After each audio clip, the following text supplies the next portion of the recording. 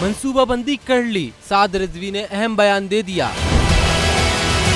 سعد رضوی کا کیا کہنا تھا، جانیے اس ویڈیو میں۔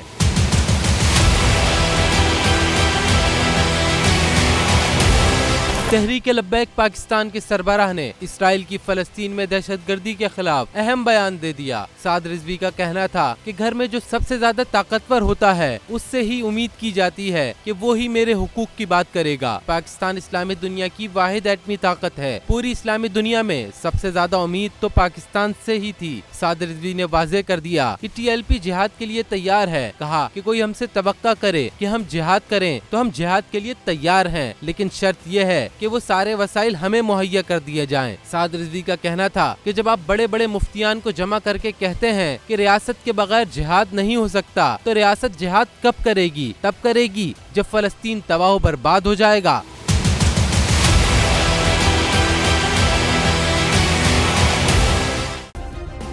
سبسکرائب کریں اور بیل دبائیں تاکہ کوئی خبر رہ نہ جائے۔